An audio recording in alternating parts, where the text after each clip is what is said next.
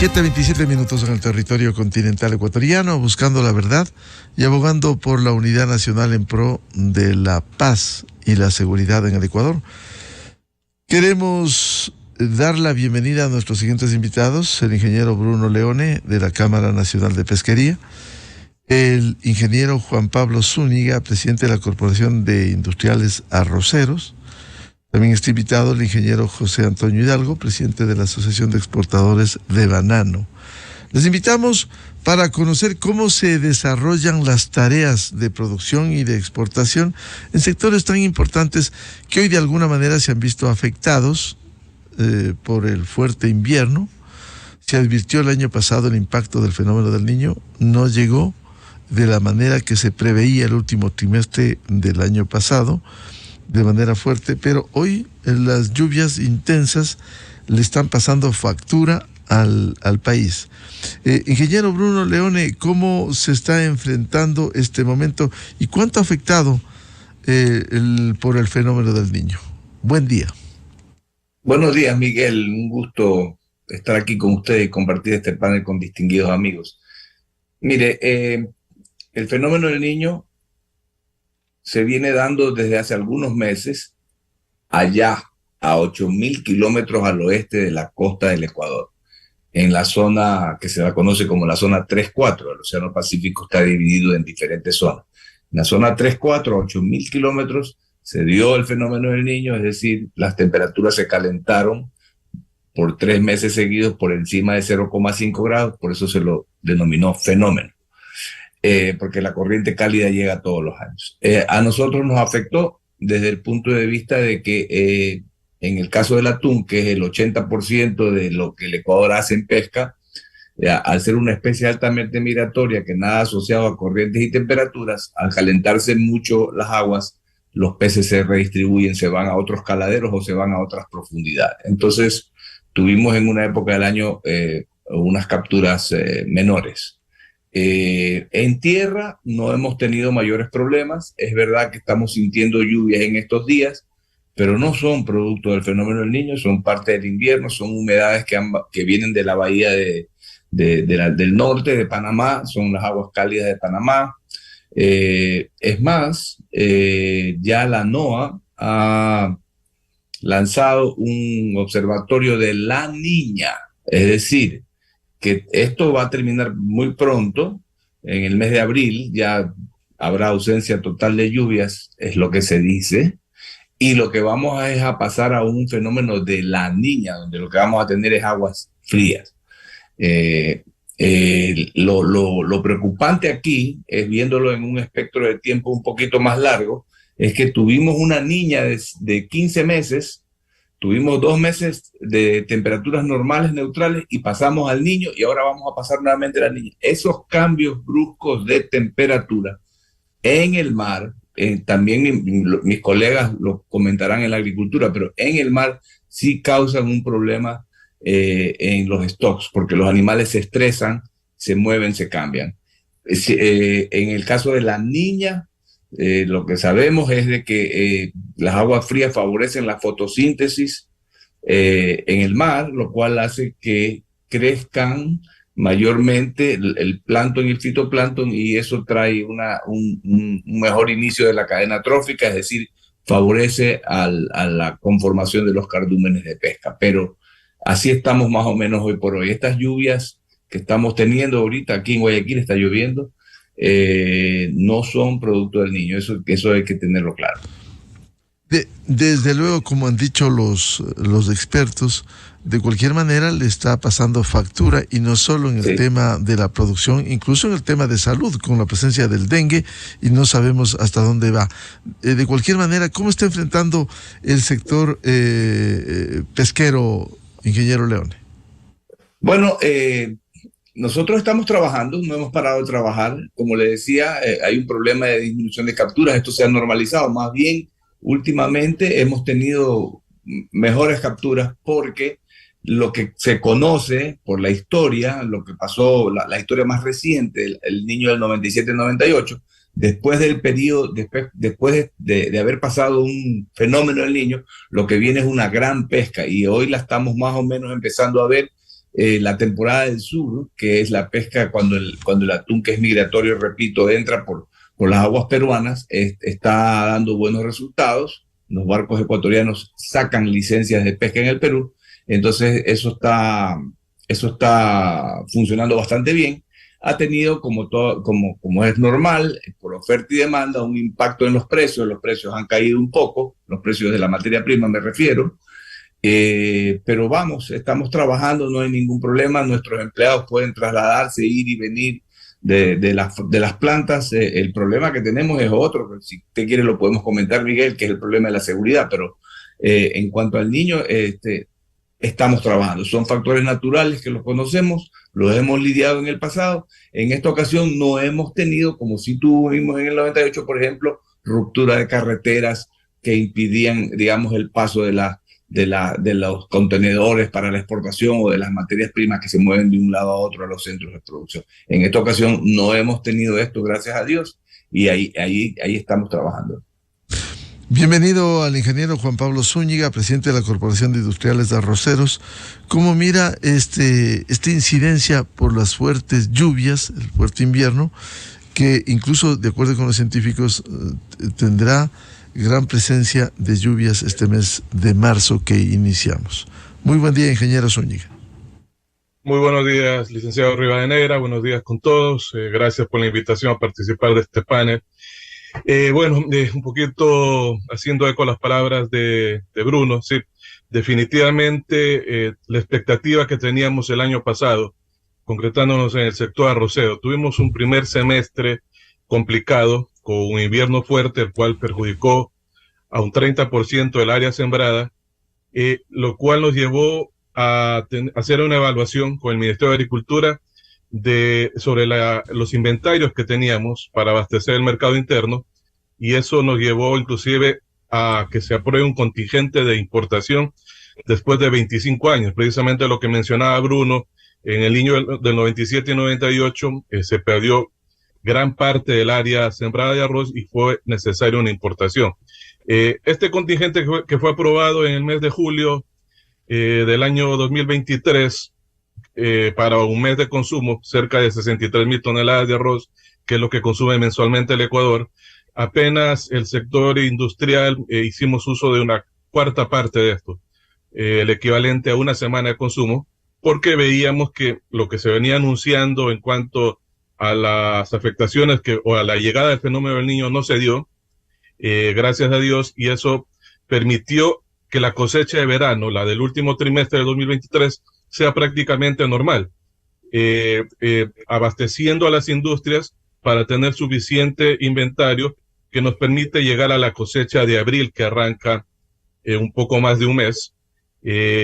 La situación que se dio el año pasado permitió que los arroceros, los productores, tengan un nivel muy importante de precios. Fue un año muy bueno para el productor arrocero. A eso hay que sumar también la realidad que sucedió a nivel internacional, en el cual se mantuvieron los precios a niveles altos.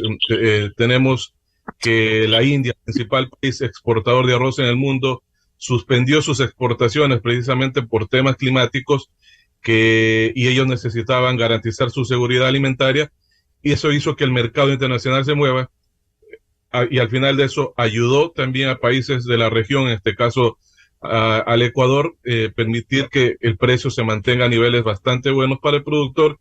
Ha sido eso un incentivo para que nuestros agricultores, ya una vez superado los temores de la llegada del fenómeno del Niño, a partir de diciembre de 2023 e inclusive enero e inicio de febrero de este año, siembren normalmente, lo cual nos crea una expectativa bastante importante de una cosecha buena a partir de abril, que no solo va a servirnos para abastecer el mercado interno, sino inclusive para poder salir a los mercados externos a ofrecer arroz.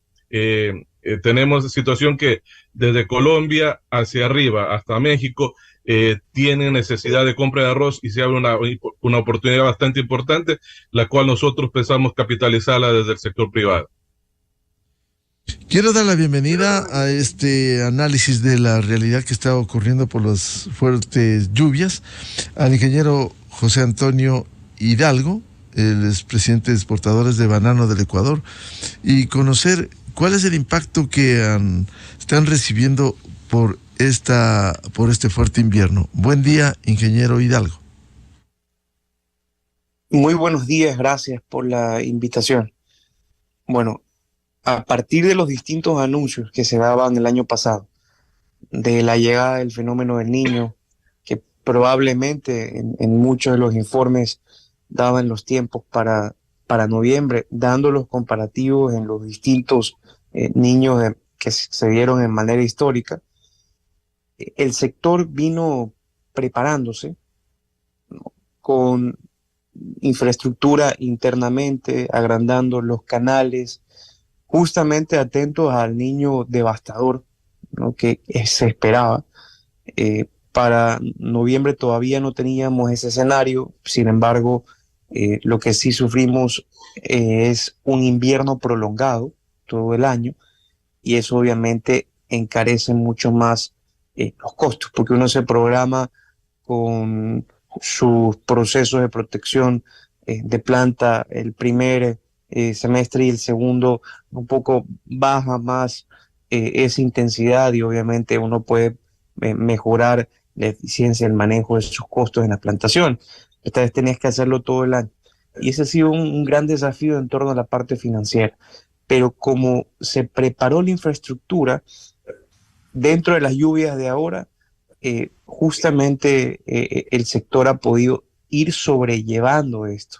No, sí es un desafío en ciertas zonas, por ejemplo, hemos visto en Santa Elena principalmente, ¿no?, pero el sector ha venido trabajando en su infraestructura, y no hemos tenido alertas de pérdidas o casos catastróficos dentro del sector por el tema climático.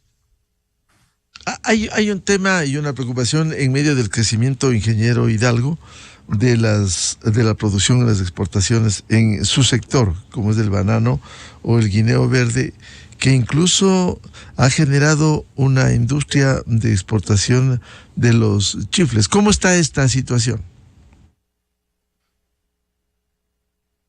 Bueno, a nivel de crecimiento fue al cierre del año 2023, ¿no? Y es un crecimiento en donde se compara con el año 2022, y obviamente el año 2022 para nosotros fue uno de los peores años en la historia, por la decisión de distintas navieras de ya no ir al mercado ruso repentinamente, y eso nos causó una crisis de precios.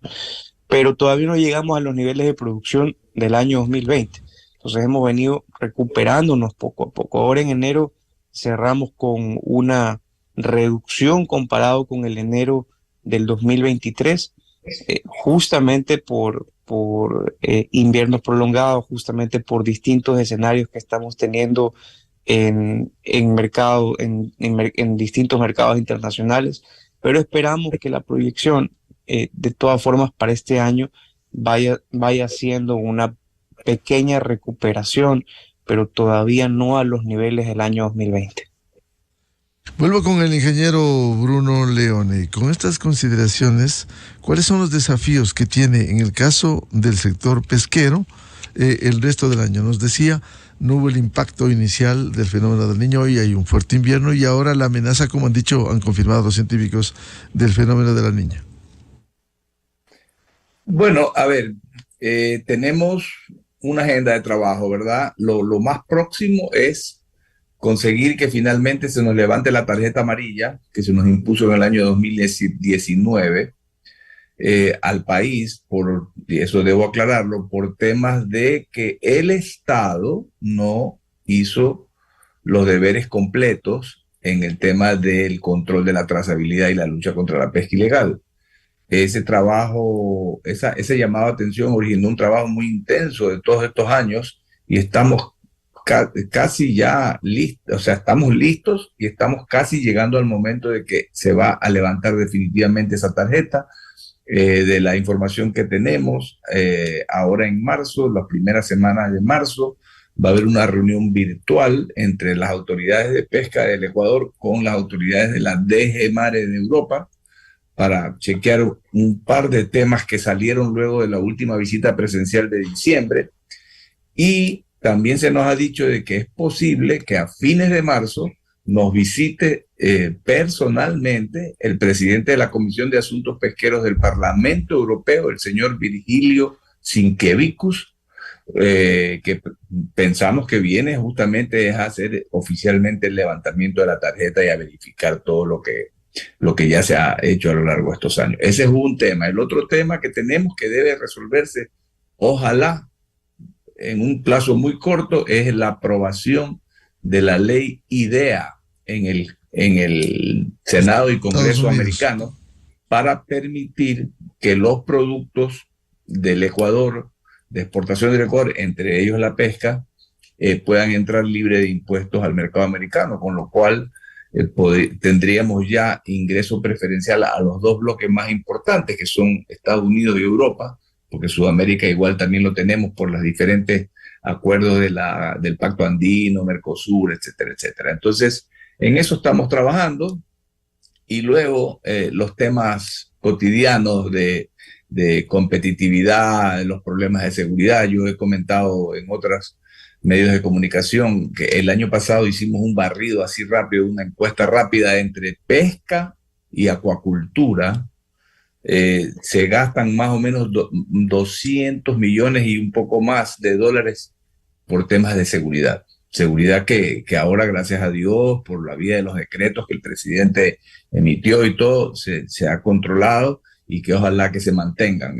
Ya mismo se terminará el estado de excepción del decreto 110, hay que ver qué va a pasar con eso, se puede renovar, se puede ampliar por 30 días más, pero eso debe continuar. La presencia de las Fuerzas Armadas y la policía en el control de las cárceles, las calles, etcétera, etcétera, debe continuar. La prueba más palpable de eso fue que en el feriado de Carnaval, que las Fuerzas Armadas y la policía estuvieron desplegadas a lo largo de todo el país en las zonas turísticas, el feriado se dio con bastante normalidad. Eso fue muy bueno para el sector turístico. Dicho por el presidente de la Federación de Cámaras de Turismo, el ingeniero Holman Muñetón, eso generó ingresos por encima de los 70 millones de dólares. Así que eso es, en eso estamos todo el tiempo. La pesca es una actividad cuyo horizonte, así como en el arroz, así como en general, las actividades productivas deben tener un horizonte de largo plazo y tenemos una agenda para eso. El ingeniero Juan Pablo Zúñiga, desde el punto de vista de la situación de la producción de arroz, ¿cuáles son las perspectivas que tienen en medio de esta situación invernal?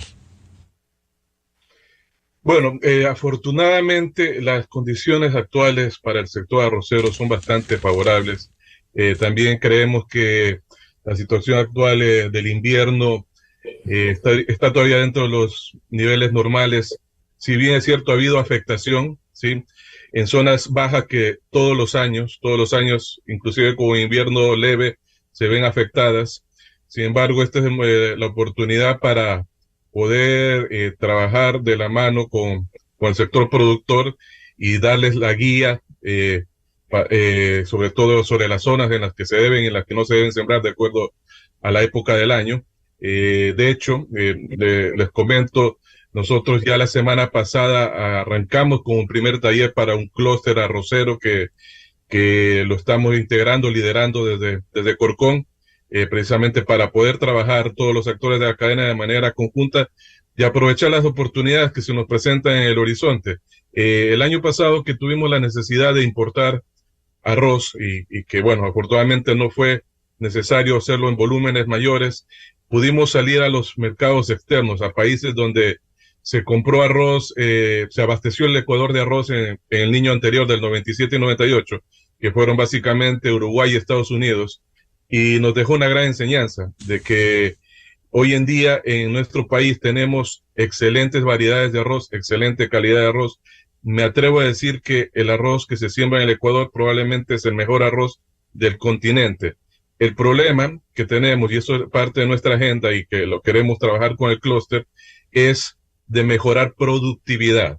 El momento que mejoramos productividad en el campo, vamos a tener costos bajos que nos va a permitir competir e ingresar en cualquier mercado del mundo, porque la calidad ya la tenemos. Entonces, esa es nuestra tarea de trabajar de manera articulada, sector público y privado, y sobre todo poder darles la guía a nuestros productores, aplicar BPAs, buenas prácticas agrícolas, para de esa manera tener un producto que, así como en el mundo nos conocen por el mejor banano del mundo, el mejor cacao del mundo, también conozcan al Ecuador como un país exportador de arroz. Esa es nuestra meta. Ingeniero Zúñiga, ¿y cómo mejorar la productividad? Este gran desafío que tienen ustedes.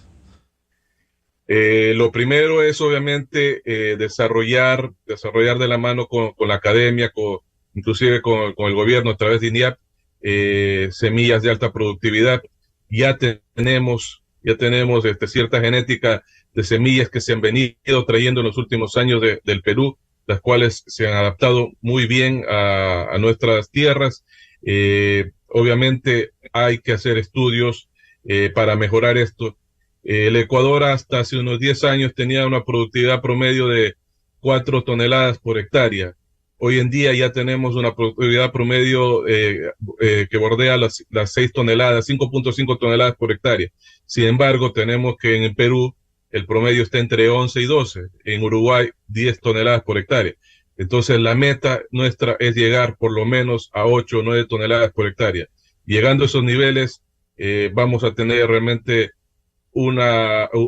vamos a ser muy competitivos con los mercados externos.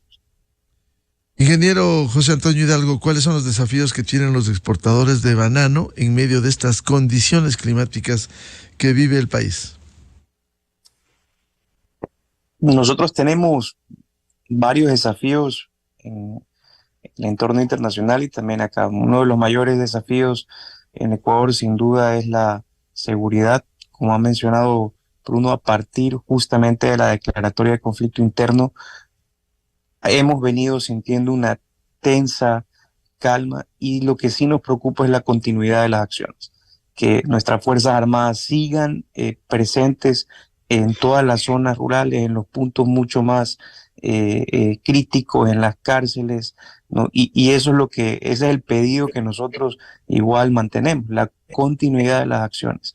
Y como sector hemos venido siempre también apoyando justamente que recuperemos la paz en el campo y también que hayan proyectos ya con los distintos ministerios en la parte social, recuperando a nuestros jóvenes en el campo, porque uno de los problemas también que estamos teniendo hoy es la falta de trabajadores para que se puedan estar dentro de las fincas. Muchos han migrado, muchos están yendo hacia las ciudades, otros han sido captados por todas estas organizaciones y tenemos que recuperar al joven dentro del campo. Yo creo que eso es un tema a largo plazo y parte de esa agenda de seguridad.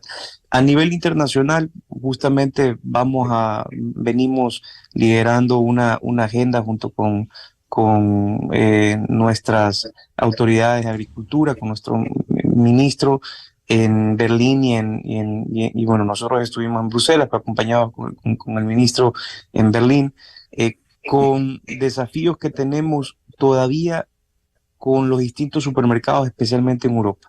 Y debido al Pacto Verde y a la estrategia de la granja a la mesa que tiene la Unión Europea.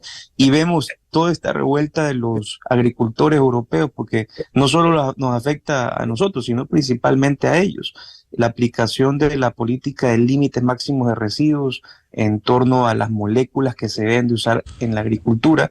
Eso ha hecho o ha dejado expuestos a muchos agricultores en el mundo que son proveedores de la Unión Europea a plagas, especialmente a nosotros en Latinoamérica, porque nosotros producimos en el trópico, estamos expuestos a un sinnúmero de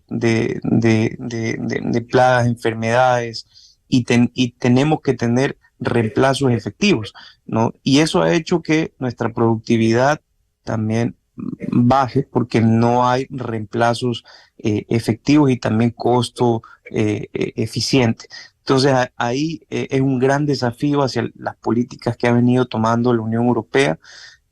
Sin duda lo que estamos diciendo es que tiene que haber coherencia entre los departamentos de compra con los departamentos de responsabilidad justamente ambiental, social, en donde tengamos una sola referencia para la determinación de precio, utilizar la metodología de comercio justo dentro del manejo de compra de los distintos supermercados, y ya hemos logrado a lo largo de los años con esta campaña que 2 supermercados se unan a usar esta referencia.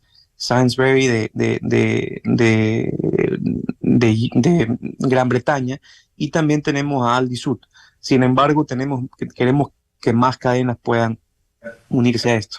Y ahí el segundo y tercer desafío, y con esto culmino, el segundo desafío es que justamente la Unión Europea reconozcan que Ecuador tiene un gran esfuerzo en la parte social. Nosotros, por constitución y también por cómo se determina nuestro salario, sobrepasamos lo determinado por la Coalición Global de Salarios Dignos, justamente la referencia impuesta a Ecuador, que fue en el año 2023 de $489, pero lo que recibe el trabajador en los cálculos justamente con 13º, 14º fondos de reserva en el año 2023 era de 562.5. Entonces nosotros sobrepasamos esta brecha, a diferencia de muchos países productores de banano y con políticas nacionales. Entonces esto estamos justamente haciendo ver en el mercado europeo del cumplimiento del salario digno, porque hoy es una discusión que se agrega a toda esta agenda justamente de sostenibilidad, y es la discusión de la ley de diligencia de vida, donde los compradores europeos, ahorita alemanes, donde ya es una ley para ellos a nivel de la Unión Europea, se está discutiendo, pero donde ellos tienen que tener trazabilidad en la parte de los esfuerzos sociales que tienen los productos. Y el tercero, tenemos un gran desafío con la sobrecertificación y la superposición de los distintos esquemas de certificación. Hay muchos sellos, todos los supermercados nos requieren distintos sellos. Hicimos un análisis de 15 esquemas de sellos que nos imponen los distintos supermercados, donde hay una superposición del 60% de todos los requisitos. Entonces, esto lo estamos llevando ahora, en 2 semanas, al Foro Mundial Bananero en FAO, justamente para trabajar con los esquemas de certificación en un proceso de armonización global. Y nosotros hemos hecho ya un análisis sobre esto con nuestra Comisión de Sostenibilidad, el cual la vamos a publicar y vamos a explicarla en 2 semanas en el marco de FAO. Quiero plantearles un tema que ya lo mencionaron nuestros invitados y que es bueno también acometer, más allá de la producción de cada sector, la afectación de las lluvias, el tema de la seguridad. Más aún cuando el próximo viernes 8 de marzo se cumplen los 60 días del estado de excepción. El gobierno ha anunciado la extensión de 30 días, pero hay un conflicto armado permanente. ¿Cómo enfrentar estos temas de seguridad y cuáles son las preocupaciones? Ingeniero Bruno Leone. Gracias, Miguel. Muy importante. Mire, esa pregunta que usted nos hace cuando usted revisa las encuestas. Acabo de ver unas encuestas de SEDATO de ayer. La principal preocupación de los ecuatorianos es el tema de la seguridad. Después está el tema del empleo. Normalmente era lo que más le preocupaba a la gente. Hoy está en segundo lugar. Yo decía en algún momento, por ejemplo, que la economía de la costa, esto por favor que no se me malinterprete, pero lo veo desde el punto de vista nuestro, la economía de la costa, que tiene que ver todas sus actividades con una interacción con el campo: banano, arroz, cacao, café, mango, maracuyá, pesca, camarón. En todas esas actividades nosotros debemos ir al campo a trabajar.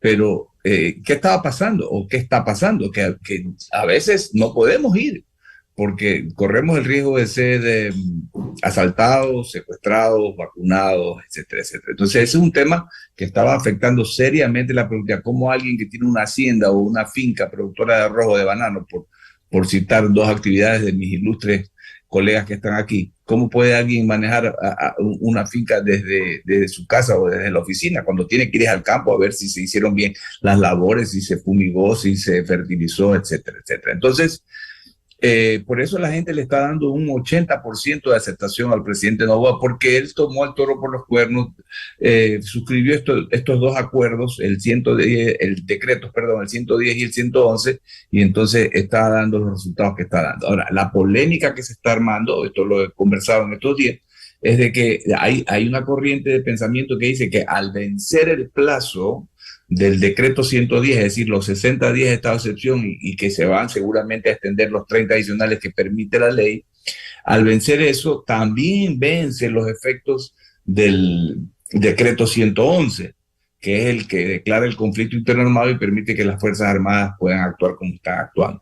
Yo he escuchado opiniones de juristas que dicen que no, que si se cumple el plazo del 110, lo que culmina el estado de excepción del 110, que elimina ciertas garantías constitucionales, como por ejemplo poder allanar viviendas sin la orden de un juez o interceptar llamadas por temas de seguridad. Pero el 111, que es el que permite que las Fuerzas Armadas estén en la calle en el conflicto interno armado, seguiría. Entonces eso es lo que hay que defender, existiendo un 80% de gente que está apoyando al presidente en eso. Las personas que tienen que ver con esta toma de esa gran decisión tienen que escuchar al pueblo. La voz del pueblo es la voz de Dios. Tienen que escuchar al pueblo y ver cómo se hace para que legalmente pueda esto continuar. El 21 de abril iremos a una consulta popular donde se van a preguntar algunas cosas relacionadas con eso. De lo que tengo entendido, también en estas encuestas que se hacen, el porcentaje de aceptación o favorable, digamos, a esa consulta va a ser muy alto, y eso ojalá que sea un gran paso para un cambio definitivo en el país, en esta situación que nos tiene realmente muy complicados. El Ecuador pues no puede seguir viviendo así. Si usted revisa las cifras macroeconómicas hacia atrás, tenemos años donde no logramos un crecimiento económico mínimo que sea capaz de absorber el crecimiento vegetativo de la población. Para que se me entienda, este año apenas dicen las autoridades que vamos a crecer un 0,8% de la economía. Y el crecimiento vegetativo, es decir, la cantidad de personas nuevas, la población crece a 1,6%. O sea, ni siquiera la economía del Ecuador puede acoger a esas nuevas personas que se van incorporando a la población económicamente activa. Entonces, si es que sigue habiendo más gente en el desempleo, hay más posibilidades de que esa gente, por tratar de procurarse de alguna manera una forma de vivir, se vea inmerso en estas actividades irregulares. Entonces, ese es un tema que todos los ecuatorianos debemos trabajar y tenemos que poner nuestro granito de arena para solucionarlo. De otra manera, esto se vuelve muy, muy complicado. Y este sistema monetario que hoy día estamos, del cual nos beneficiamos los ecuatorianos, que es la dolarización, se vuelve también muy complicado poderlo sostener.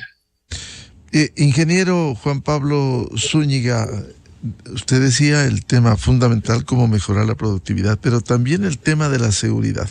¿Cómo ve cuál es la preocupación que ustedes tienen, además de la etapa de producción, la etapa de la seguridad? Bueno, efectivamente, como lo acaba de mencionar Bruno, hoy en día creo que para los sectores productivos y para los ecuatorianos en general, el tema de seguridad es fundamental. Tenemos situaciones que se ven día a día, tanto en el campo, en las haciendas, así como también en las piladoras, situaciones de las famosas vacunas, las extorsiones, muchos empresarios, muchos productores que no pueden ir a sus propiedades por los temores a los secuestros, situaciones que ya se han vivido. Tenemos dentro de nuestro gremio colegas que ya han sido víctimas de estas situaciones, sus familias. Entonces, se vuelve una situación bastante compleja y creo que definitivamente es hoy el día en el cual tenemos que unirnos todos los ecuatorianos, nosotros desde los sectores productivos, aportar con ideas, con sugerencias y apoyar a la gestión que viene realizando el presidente de la República, porque definitivamente estos casi 60 días de mediana paz que hemos tenido se tienen que mantener así, tenemos que ir mejorando. Les voy a mencionar algo. Hace unos días tuvimos visitas de empresarios arroceros colombianos, que Colombia es un país deficitario de arroz. Ellos importan arroz y normalmente se abastecen de los países de la comunidad andina, en este caso Ecuador y Perú.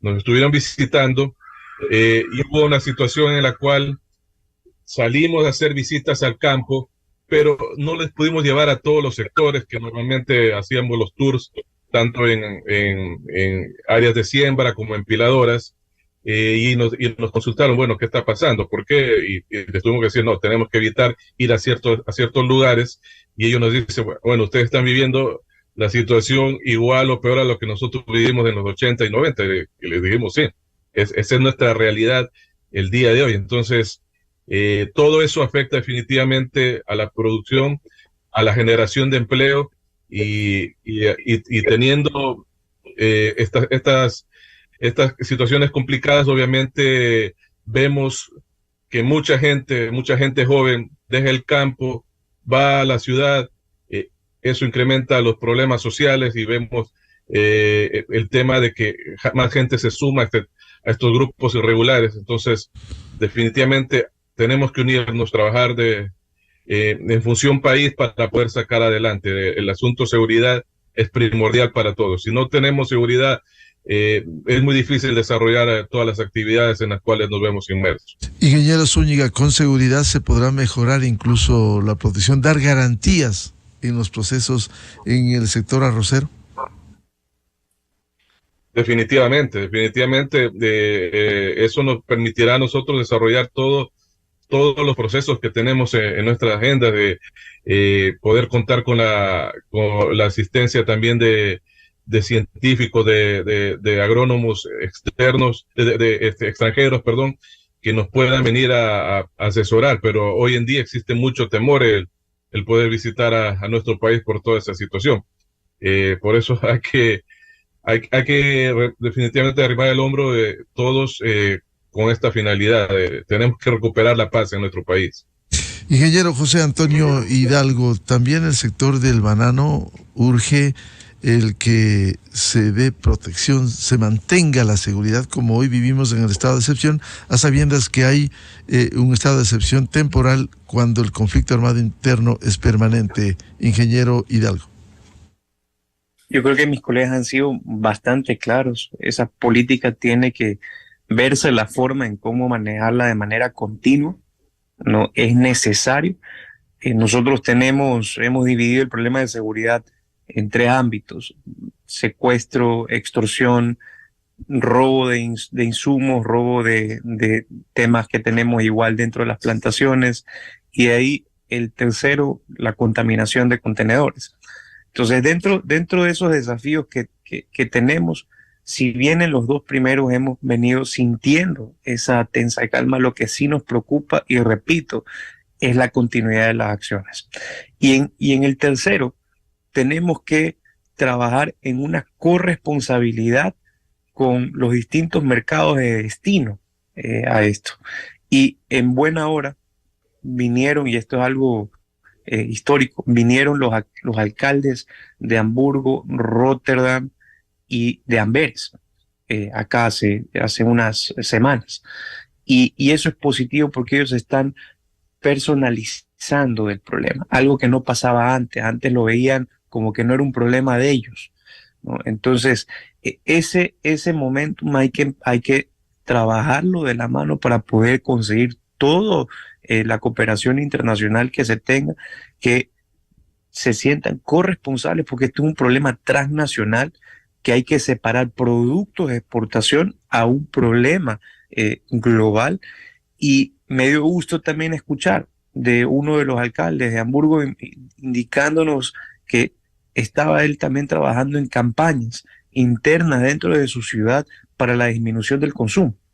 ¿no? Una cifra alarmante que me mencionaba, en cambio, el alcalde de Amberes era que dentro de su ciudad tienen 17.000 líneas de cocaína de consumo cada noche, ¿no? Y eso son cifras alarmantes. Incluso ahora que estaban haciendo un estudio en las aguas residuales de las ciudades, era alarmante el consumo o lo que arrojó en torno a resultados en el uso de distintos narcóticos. Entonces, eso es un problema que hay que afrontarlo de manera conjunta. Hay que aprovechar la atención que justamente se está dando. Y nosotros hicimos una visita recientemente al puerto de Amberes. Yo creo que ahí no solo la cooperación entre las distintas instituciones públicas en el manejo de información, el manejo efectivo de información, en poder canalizar,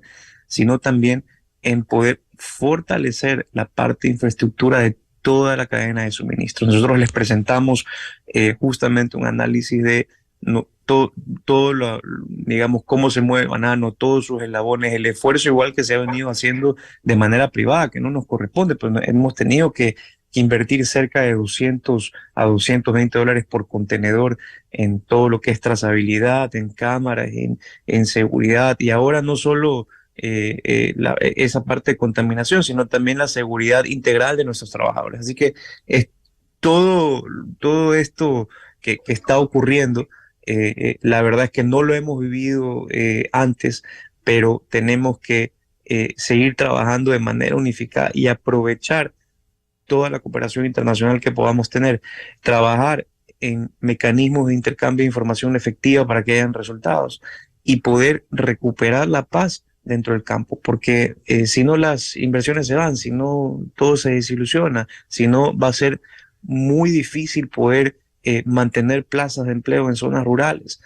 Tenemos que trabajar, repito, en recuperar todo el entorno social del campo, recuperar a esos jóvenes. Así que hay mucho por hacer. Esperamos que la política de mano dura continúe, pero acompañado también de un trabajo a largo plazo en el manejo justamente de las comunidades.